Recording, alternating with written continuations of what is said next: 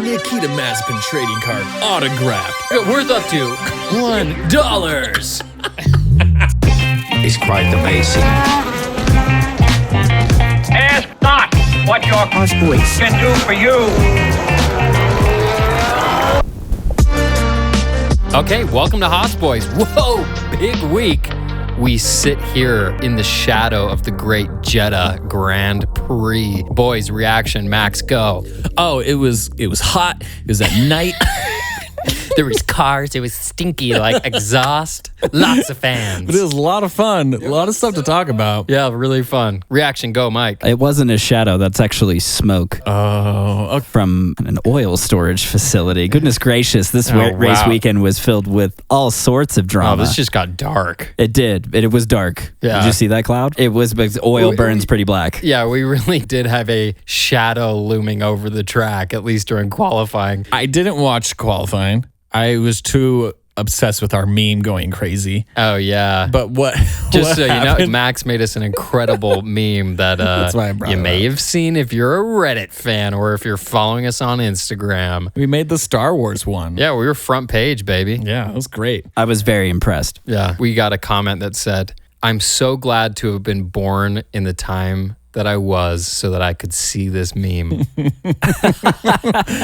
That's like such high praise because it's not really a joke. No. It like sounds so sincere. Also, I feel, this So guy's grateful awesome. to be alive for that moment. So Yeah. this episode brought to you by Max and his meming. You're welcome. Way to Yeah. go, Max. Yeah, really good meme. Round of applause. Such a meme. We're gonna try and do another one. Maybe we'll make another meme. Serious? Maybe. One more, maybe? One more meme. Oh, man. That'd be so great. If you haven't seen it yet, go on Instagram. And if you're not following us, WTF. Yo, bro. What happened at the oil fields? Kind of crazy. I mean, obviously, I'm not going to pretend that I even understand the political element here, what's actually happening in that, in the battle between Yemen and Saudi Arabia. But there was an attack on an Aramco facility, storage facility, Fuel depot. a fuel depot in Saudi Arabia, 10 miles from the circuit. Wow. So taking a level of intensity into this race That's crazy. and then literally have something like that happen so close to you. I mean, I couldn't imagine that the drivers felt not necessarily even, not to jump to comfort, because I don't think that you can feel super comfortable on a race weekend anyways, Yeah.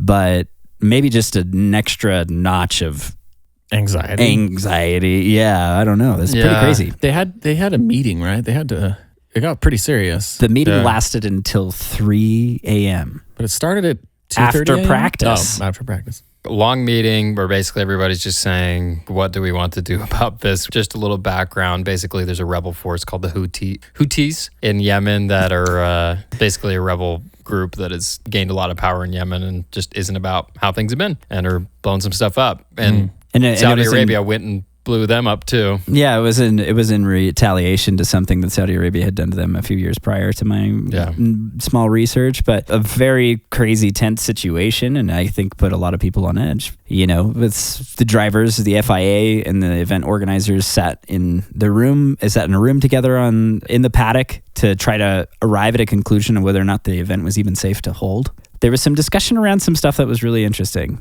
Oh, do you know? I know at least one component of do it. tell. All right. Apparently, WWE had visited Saudi Arabia a few years ago, and there was something similar. Okay, that this is starting really cool. This is a really cool It's start off to a this great story. start. Stone Cold Steve Austin. I'm just kidding. I don't know. Serious? They were going to hold an event. Something happened where they decided to cancel. I don't know if it was out of safety or what triggered that. I don't know to that extent. Now, I know that they had canceled and they were ready to go home. Okay. Those who had private planes, their own, the high-level VIPs of the sport, were able to take off safely and go home. But all the crew and a lot of the other people that just traveled together, their plane was held on the tarmac for hours as a, power struggle to show how displeased the people of Saudi Arabia were. Because they were leaving? Because they canceled the event that they were planning on Oh my holding. gosh. So a little bit of precedence for this. And from what I understand, that was something that was like a political move. It wasn't just like the air traffic controllers that were doing that. It was the powers that be. Let's put a finger on their plane for a little while and show them that we didn't like this happening. And it makes a lot of sense because in this case, as with the F1, case, it's a really bad look for these super public events to be canceled because of safety concerns. Right. That just paints Saudi Arabia in this horrible light. So it makes a lot of sense politically for them to do that. Obviously wrong, but Right. And again, so it was something that I heard that was addressed in the meeting. Had the event not gone ahead, what would it be like for them to try to leave? So really an interesting situation where, very interesting. again, I'm not pointing fingers here. This is things that are being relayed through the media. These were a lot of reporters in the paddock during the meeting that had overheard some of the things. Yeah. But I do know that the drivers had been assured by the local authorities that they felt that the attack had nothing to do with anyone to try to harm anybody, but more in retaliation to a previous event, and that the race should go ahead with a lot of confidence, knowing that that's not the intent, is to not hurt people, but again, to kind of more send a message, retaliate, send a message over something that had happened previously. Prank war had gone awry, just escalated. Yeah, really bad prank war. It's a classic CC and Winston mess around. They had stolen the Saudis' mascot. It just went back and forth. Oh, gosh. But they went forward. Yeah. We saw some pretty interesting stuff with Haas in qualifying. Qualifying. Yeah, qualifying. When Mick was qualifying, he flew right into that wall. Yeah, he did. We're glad he's okay, but what a crash. Yeah, that was a pretty intense crash. Yeah. And I mean, I think that one of the things that I have as a question as a fan and a follower of F1. You need to write in through Instagram. Yeah, can I submit a question, Parker? Yeah, next week. Okay, all right. Well, then I'll wait. Okay. Anyways, the Saudi Arabia track is brand new. Okay, so they built this track to resemble a street circuit. The whole premise of it being that the walls are closed, kind of tight. It's a beautiful track. And it runs into partially the ocean. It's a really cool circuit. It's pretty cool. Yeah. But one of the things that's interesting to me is that as we move into the future, and the F1 cars their safety level has increased substantially since the 90s and 2000s, and obviously even before that. But something that's interesting. That sounds like a FM radio station. And there's slow rock with less talk. Yeah. Hits from the 90s, 2000s, and obviously everything else before that. If we feel like playing bread, we will. The circuit's brand new. Why wouldn't they build the circuit with newer technology for impact, like absorption? And they did not. I did notice some kind of different tech around the pit entry. Other than that, it just looked like the steel band. And cement barriers. In NASCAR, something that they've developed is something called a safer barrier, where it's a double wall. You have your outer wall that is actually fixed and cemented into the ground. And then they use these kind of foam accordion shapes in between the wall and then lay another cement barrier. And then that absorbs the impact when they hit the wall. And it doesn't necessarily save the car. Like, it's still pretty brutal when you hit one. But at least the give that the wall has between the outer barrier and the inner barrier is a cushion to the driver. Yes, is more protective, less broken bones. A lot of things have been proven. Crumple zone. Yeah, to just be able to absorb some of that. So we're like a track like Saudi Arabia is brand new, and they've built this narrow street circuit vibe. It seems like there could be some implementation of some of that and planned for it, knowing that the circuit's going to be, we want it to be this wide. So we're going to take, an extra 4 feet to make this work. And it's brand new. It's not like they don't have the space to. It's not Imola. Yeah. Where this track's been around for a long time, or Monza, or, every circuit that they race at is certified and inspected by the FIA in order to be able to run a Formula One race. And so it goes through a pretty strenuous process to even achieve that. Again, where they have such a high expectation of the car safety, I think that's where my only question is how does Formula One advance from here? Yeah. To require the track safety to be next. Where right now we have the car that's taking majority of that responsibility. How can we then now require the tracks and the circuits to equal it? And to kind of bring that back, Mick's crash was a perfect example of like a really high impact. Yeah. He hit a little bump, a little part of the curb, and just had spun him backwards into a wall. I feel like that would not have been as bad on a different track because he was. Street circuits are just so tight. He was parallel to that wall. Most of that energy was forward. Right. I feel like that's a lot of damage to take for a crash like that. His car disintegrated. Yeah. As it's designed. Right. But I feel like we've seen worse crashes that have come out with better looking cars. A lot less damage. And they chose not to race him. What? Did I hear they didn't have enough spare cars? They wanted to save him for Australia in case he or someone wrecked him again? A tactical decision. How many spare cars does a team have? For the most part, I think it's like, of course, it's obviously how they play their budgets and who can actually even hit the budget cap number, which I would think that Haas isn't hitting that number. And so it's not even so much a number of cars, because a car is sort of like a subjective thing where, like NASCAR, you show up at a racetrack. Again, we're going to compare apples to oranges. NASCAR shows up with 2 per driver. Those cars are fully kitted, roll cage, engine and chassis combos, the whole thing.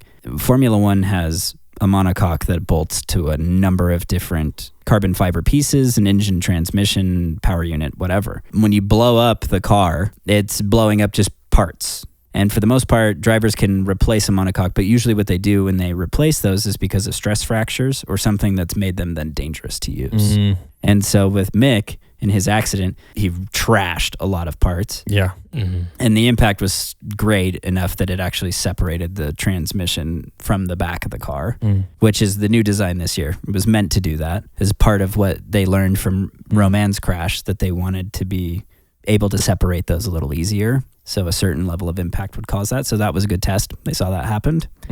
And it absorbs some of that energy and it doesn't transfer through to the driver. The next part of that, though, is that, okay, moving to Australia, do they have enough winglets and the ground effects aero that's underneath the car? Do they have all those carbon fiber bits? Do they have enough supply of that to be able to put the car back together exactly as it was? They need to build that car. Right. Ugh.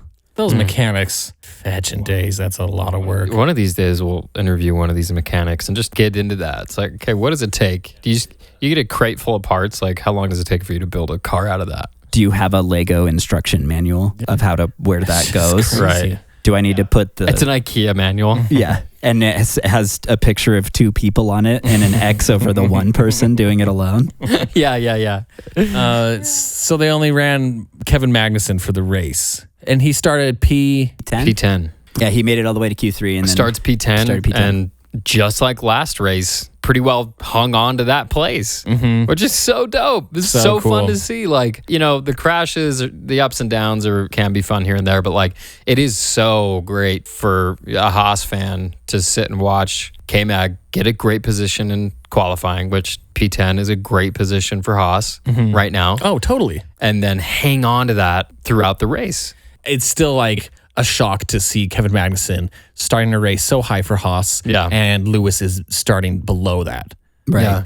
And nothing happened to that car. Just Lewis couldn't whip it around quick enough. Yeah. It's insane. It's still kind of weird to see. It's amazing. And Kevin admitted during qualifying that the car was capable of P5. He felt that it was definitely a possibility for the team this week. But during qualifying, he said his neck just gave out in Q3. And he could not keep his neck up. And so he was leaning on the headrest and getting through Q3. Holy crap. Yikes. Because he was just it just strained his neck. Yeah. And so he was like, P10 was the best I could do, but the best that the car could do was P5. He did some physio things. He worked his butt off to try to be prepared for Sunday.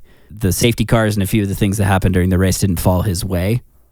And so a P10 is still a great recovery from something that didn't really go his way for tire strategy and some of the other things. I imagine it's like you need so many muscles in your neck to stay up. You see the videos of all the drivers training and they have the crazy elastic bands around their head or machines that will train their neck. Yeah. Can you imagine, as like an example, like you have to start a sport and they're like, you need a 6-pack like by the weekend. And he's like, for your neck.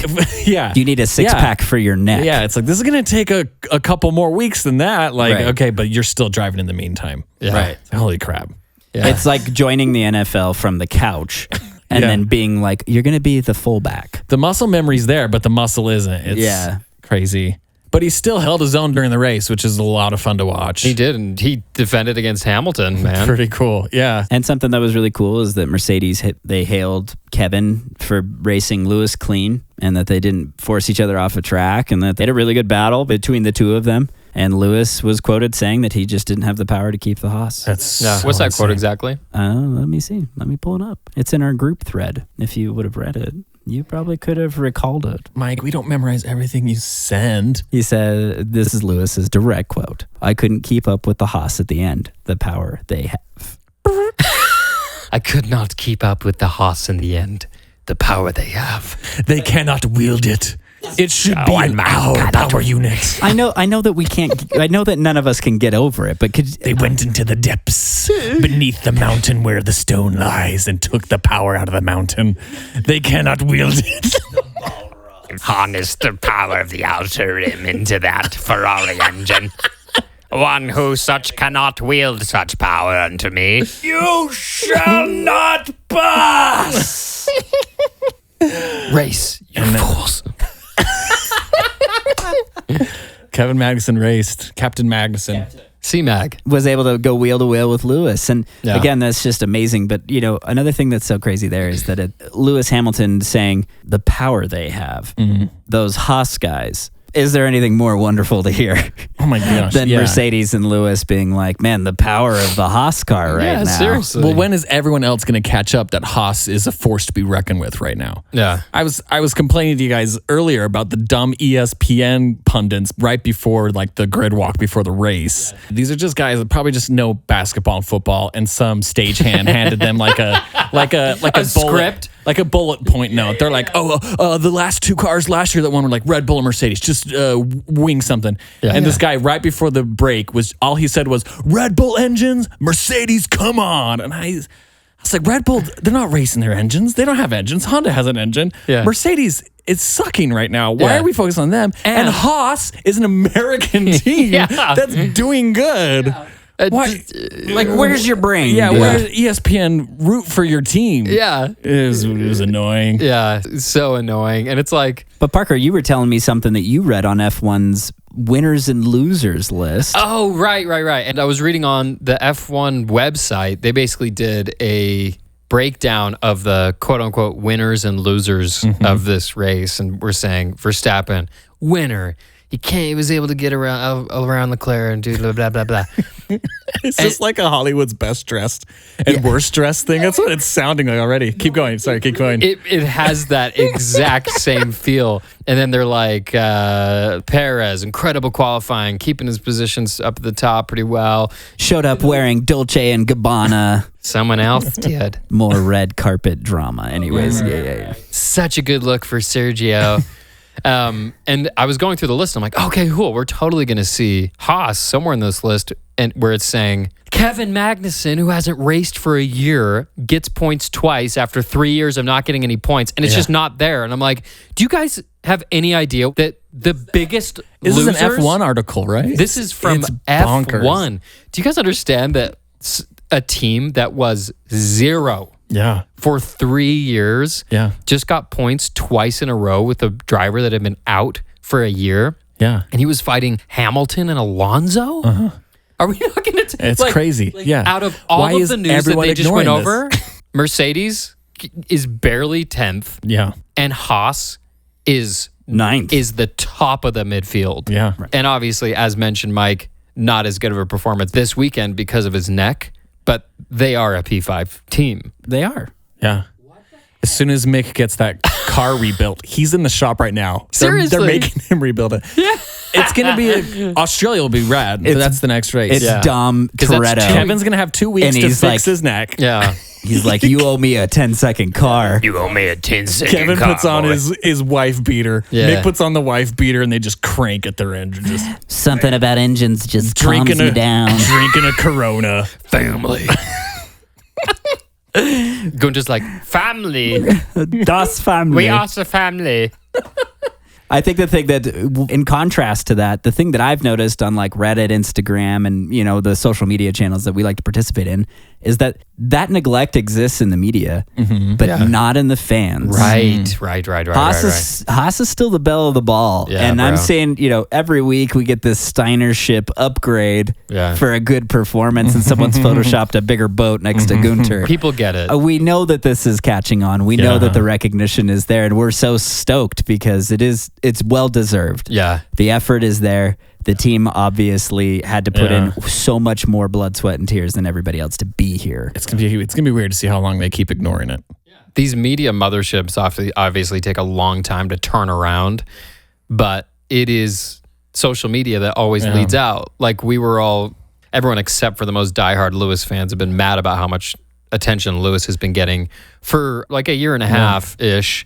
And you're it right. feels It like takes them we forever. might, this race, maybe this is the beginning of them weaning off a little bit of him. And Tell you but what, we'll see. He's a moneymaker. Just a breath of fresh air to have Jensen Button being a commentator. He's it's just And amazing to Crofty. hear a different point of view from. Instead of David Croft, who cannot keep his eyes off of Lewis. And there goes Lewis Hamilton around turn 8. And Jensen Button. And anyways, back at the front. Right. Let's get back to the fight going on at the front. Right. Yeah, I love whenever he's involved. It's real, and he's also been teammates with Lewis, so I think it's a little less of like this misty-eyed, Yeah. he's the GOAT. Yeah. You know, it's like, this guy shared a garage with me. I was watching it with my dad, and I was trying to explain to him. I was like, this is like when Michael Jordan had finished winning all his titles with the Bulls, and he went to the Wizards. I was like, can you imagine if every game on broadcast like network television was still just the Wizards showing Michael Jordan play? Like, that team sucked. Yeah, it was. I don't know who was winning that year, probably the Lakers, but it was like, can you imagine if the Lakers were winning every game, but we're still just watching Michael Jordan play You with the get Wizards? only the first quarter because they interrupted. They're like, oh, and then the Wizards and the Magic are playing That's each kind of other. how it feels right now. Lewis driving around in P13, and we're just watching that. With Charles and Max fighting for first. It was a good couple last laps watching them Amazing. pass each That other. was such a fun race. And before we even get into that, the one thing that I will acknowledge is Mercedes is not content, and they won't stay there. We know they're going to come back. I mean, how far can you go? How far can you go in a series? Or and one at year? least we'll say in the first part of this season, the struggle is real, and we know it. Yeah. Plus, we're seeing a big change at Mercedes that is officially taken effect of like how painful that loss was. The gentleman who oversaw the power unit developments at Mercedes is now at Red Bull. And he was a big part of why Mercedes was so unstoppable. Him not being there anymore, being with another superpower, this is definitely like it's taken effect. And it does take a couple of years after someone leaves for that to be like noticeable. Yeah. Seeing your ex with another guy. It's the worst. It's exactly Summer like after that. high school when we first met. Bum, bum, bum, bum, Make out bum, in your bum, Mustang bum, to bum, Radiohead. bum, bum, bum, bum, bum. I don't know what he's saying, but like, I'm on the teacup ride at Disneyland all of a sudden. I recognized the kind of the song Mike was singing, and I was like, you start doing like the 50s doo-wop, and I was like, is it an older song? Because it sounds really good. Yeah, it's a cover. I expected like Cheshire Cat to come out at me, and it was Alice in Wonderland teacups for a moment there. Shifting gears, we have a question. Oh, that comes from a listener named Andy. She wrote that in. I think she is new to F1. And she's asking, how does somebody become an F1 driver? Now, this is a pretty driver-heavy conversation we're having here and probably for the rest of this podcast. And so tune out if you hate this question. yeah, tune out if you hate drivers. If you watch the sport for metal and carbon fiber. There's a lot of people that watch it with the audio off. I watch it for logos and branding. That's it. Oh, yeah. Just to know what you're going to go buy next. What's Lewis wearing and how do I buy it? What kind of scooter is Lewis riding on? Yeah. Is it a Razor? Is it a Thrasher? Does Lewis love Harry Potter? What's Patronus? Wingardium Leviosa. Why isn't that on there? Yeah, we could have picked a more themed word for the Yeah. side of the car. Like, Yeah, something better. What is Lewis's Patronus? why is this accent affiliated with Harry Potter? Yeah, Valley Girl. They love Harry Potter. Yeah. What's your house?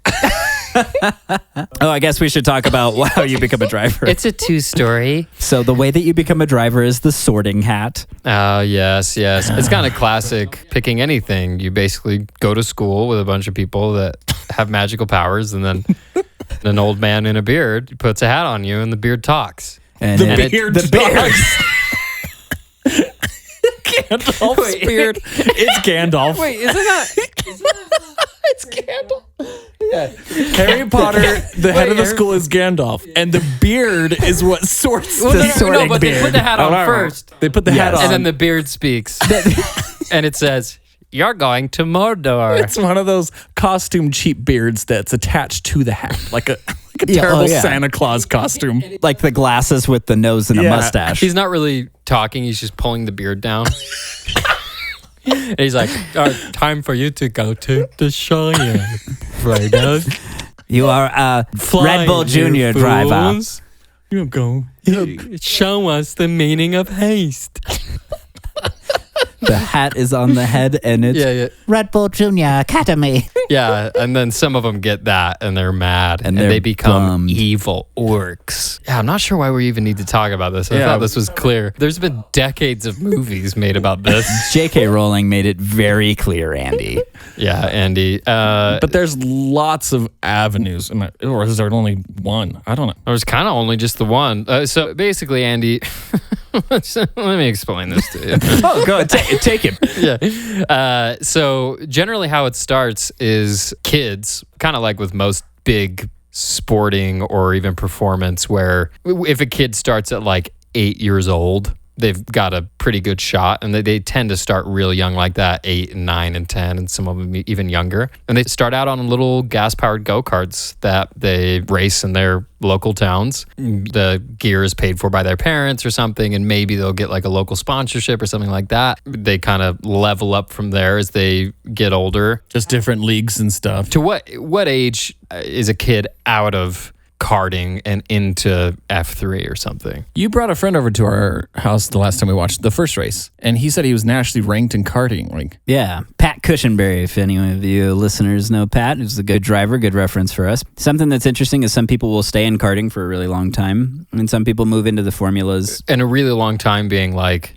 18? All the way through their adulthood, some people will still be karting because there's still a lucrative way to live that way. For somebody that's not familiar, it's unusual to think of an adult racing competitively in a tiny vehicle. Go-kart. But it's really cool. There's some cool YouTube channels that have grown men, racing in these cars, and it's really interesting racing. It's and really they're cool sophisticated, stuff. Right? Yeah. And a Formula One car is a glorified go-kart. It is a single-seater and it is open wheel. Yeah. So that is the starting point, and there's a lot to learn in that way because with a go-kart, like a Formula One car, if you make contact with an open wheel, it can flip you over. So there's a lot of lessons to be learned from go-karting that do translate over to the sport. In Formula 3 and some of the, like up to Formula 2 and then to F1 is sort of a progression of usually spend like 1 to 2 years in one of those sports, not like a ton of time. I would say that you're kind of driver's license capable at like F3 level.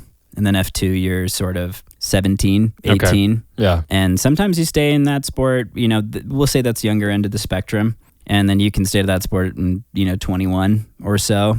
But F2 and F3 are sort of farm leagues. So a lot of people don't stay in those sports for years because a lot of teams are interested in trying to usher that talent through. And the end goal is Formula One. And a lot of these teams in Formula 2 and Formula 3 are designated feeder teams to these larger F1 teams, meaning Ferrari, Red Bull, or Mercedes, who are these big teams in F1 that are heritage teams that have been there forever, have arrangements or have started these smaller teams and are cultivating talent in the lower ranks, maybe even all the way down to karting, but definitely F2 to eventually feed into F1. And so somebody that doesn't really graduate to F1 early 20s is probably going to move on to something else. Yeah, and move into sports car racing or prototypes and Le Mans and some of those other things are definitely that same trajectory. When I went to the U.S. Grand Prix, one of the guys in our group, his name was Tom, and he was telling me he did karting when he was little, and he was invited by Red Bull to go to like a race to compete to see if he could enter like the junior Red Bull driver training program. He said he was really good. He missed out on like one of the final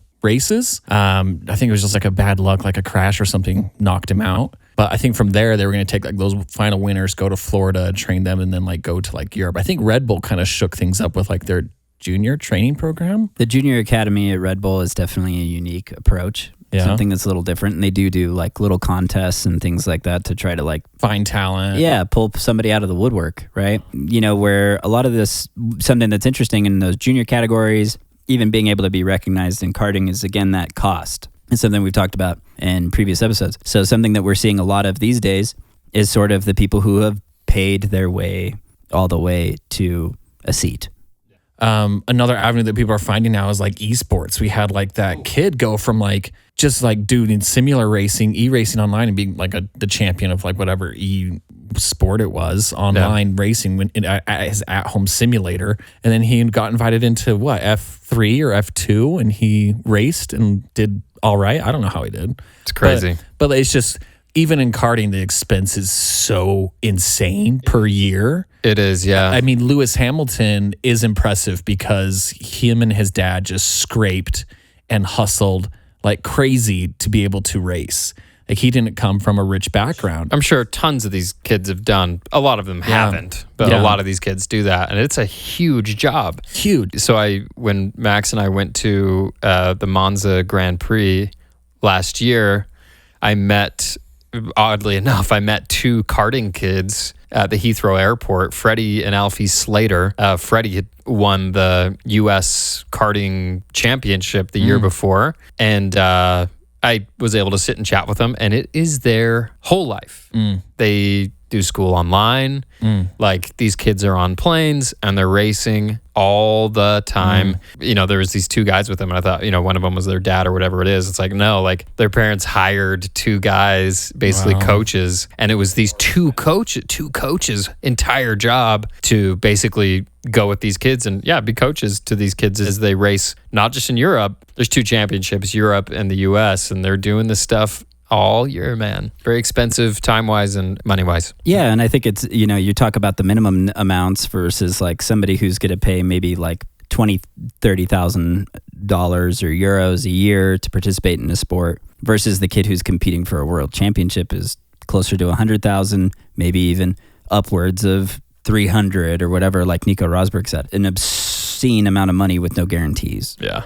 You watched that Michael Schumacher documentary that came out on Netflix and talked about when he was young, he was like scrounging through old dumpsters to find wheels that hadn't been used all the way because everything's just so expensive and you have to cut costs, especially if you don't have money. One of the areas that Lewis Hamilton's story is genuinely very compelling. It's super interesting and honestly part of the reason why people are so stoked for him, I guess, and like where he's ended up in racing. One of the things that's really given Lewis his grit and his determination has been where he came from and how hard it was for him to achieve a Formula One seat. One thing that's cool, if you haven't watched the Lewis interview on David Letterman's And My Next Guest it's really good. It's great. It's really cool. And they do break down a lot of that story of how he kind of came up through the ranks. Yeah.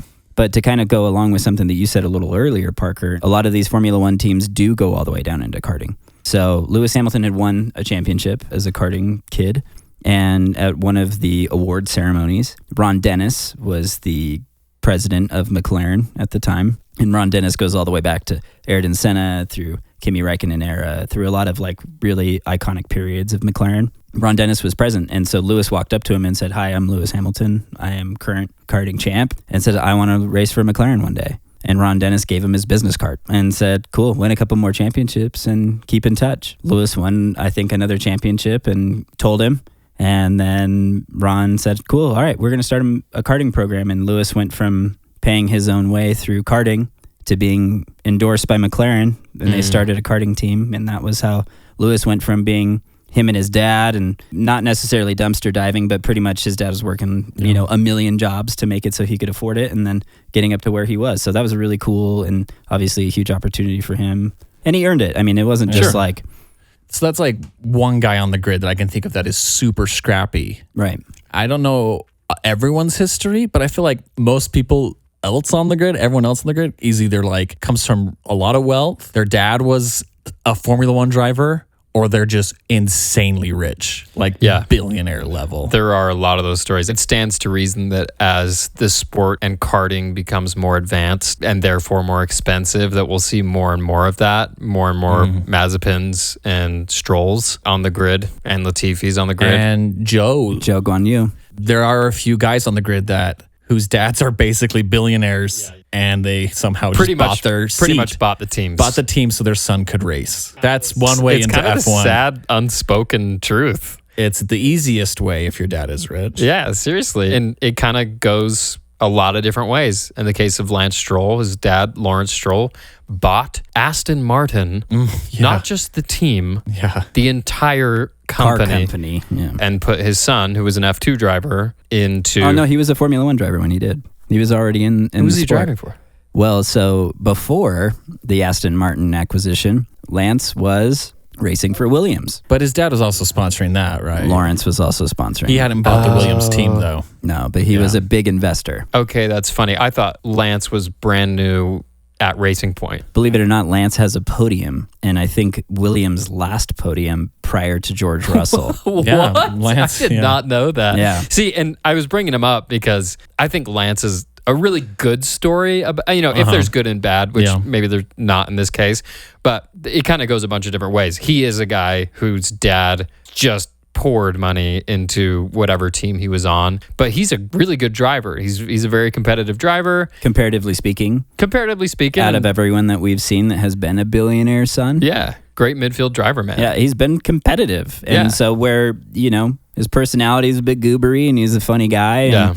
And I am impressed by a lot of his ability, and where a lot of these pay for seat drivers or don't tend to impress, Lance is definitely top of the list. Yeah. On the other side of things, we have, obviously, just because he's so easy to call on, somebody like Nikita Mazepin, who is somebody whose dad just infused an enormous amount of money into our team, Haas, and got him that seat. And it's funny because there's there can be some gray area, or maybe some pretended gray area, as to whether the guy has the seat because of his dad's money or not. Right. And in this case with Nikita Mazepin, there was just zero doubt whatsoever. It was obvious when that sponsor dropped how quickly they then dropped Nikita. 'Cause Right. It's like, oh, we have no reason to have you. He's not dude. getting us points. Yeah. He's out. And I think that shows that, one, it's like he was on the team because of money. And two, like in all of F1, it's ruthless. Yeah. If you don't provide value to the team, you're gone. Yeah. And that value is either in monetary compensation or performance. I hate to say at this moment, monetary compensation outweighs performance by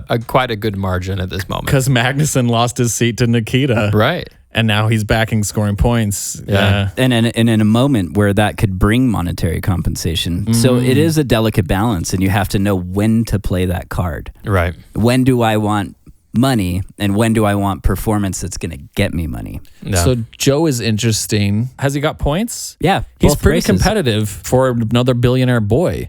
Alfa Romeo. What is his story? What's his I billionaire have story? no Actually, idea. he did not score points this race, But he's the been- race before. He's did. competitive for sure. Yeah, he's up there. And I don't know his story, but I just know that he's another billionaire kind of son. And that's usually not the case. You have Latifi and Mazepin, whatever, at the back, because it's kind of sad because there's probably a lot of talent out there that just hasn't had the chance because of money. I can name like 5 right now that deserve seats. Are we seeing the best of the drivers that we can? Sometimes I guess like the trickle down effect to these 20 seats can be good, and sometimes it's probably not as accurate. Well, and sometimes you even get the argument from the fans of, does Sebastian Vettel and Fernando Alonso, did Kimi Räikkönen deserve a seat?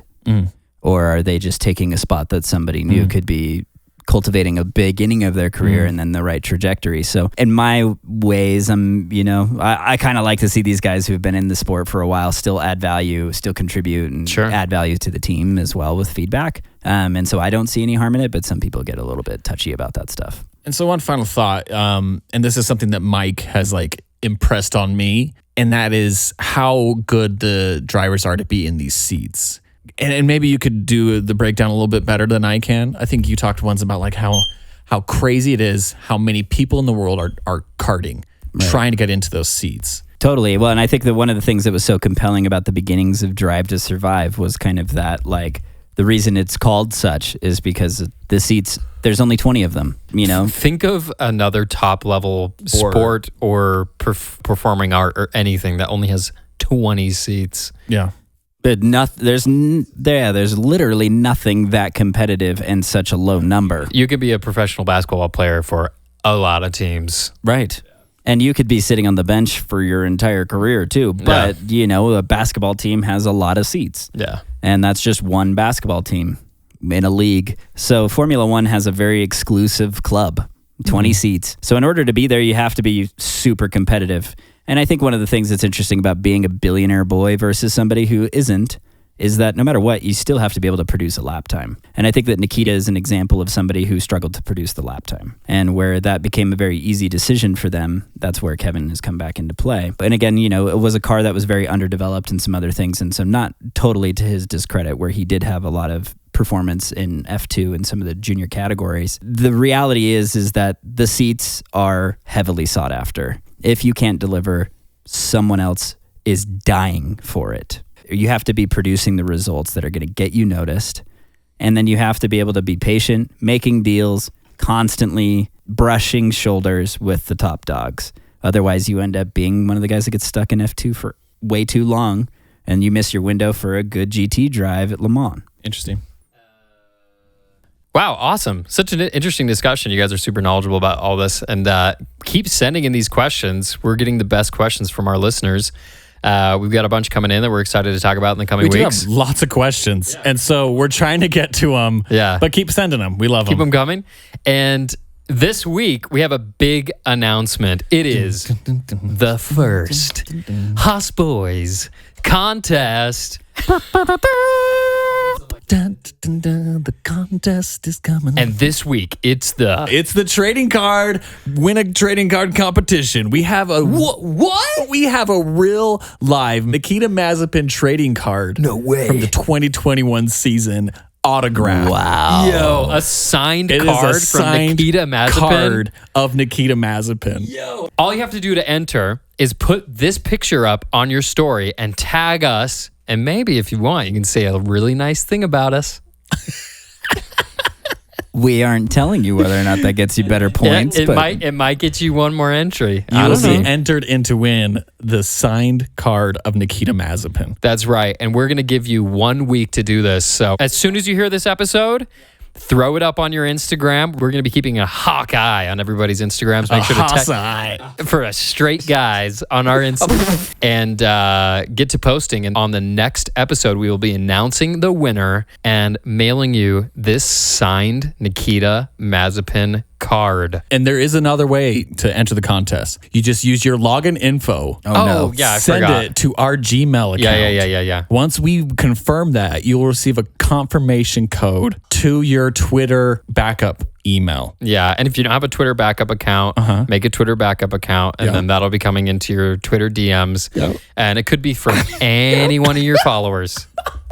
Any one of your followers might send you this DM, and it's going to give you a crossword puzzle. You're going to need to solve that as soon as you can. From any of your followers. It's a triple factor authenticator. Yeah, we do 15-factor authentication at Haas Boys. You will receive some dance moves that you'll need to record onto a TikTok, which will be then identified through AI and then transferred back to your Instagram. So that's really pretty easy. Pretty simple.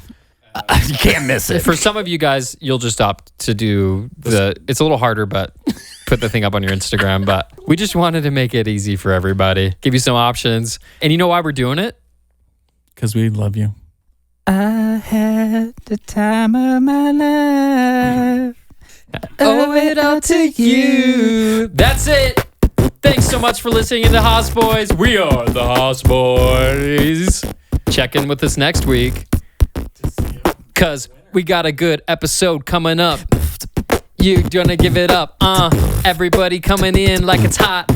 They think it's stupid, but it's not. Yo, Lewis is trying to going out for the glory. We're gonna post a picture, put it on your story. If you're the winner, you get another card. It's not that easy, it's not that hard. Yo, F1 coming in fast. Yeah. Yo, Pierre stepping on the gas. Is that his name? Who really cares? Everybody put your hands in the air. We got Gunter. We got Mazepin. Wrong. He's dead. We shot him. Wait, did you He's locked in my basement. Bye.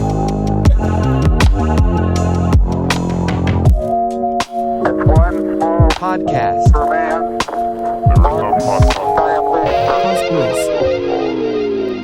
Why is this accent affiliated with Harry Potter?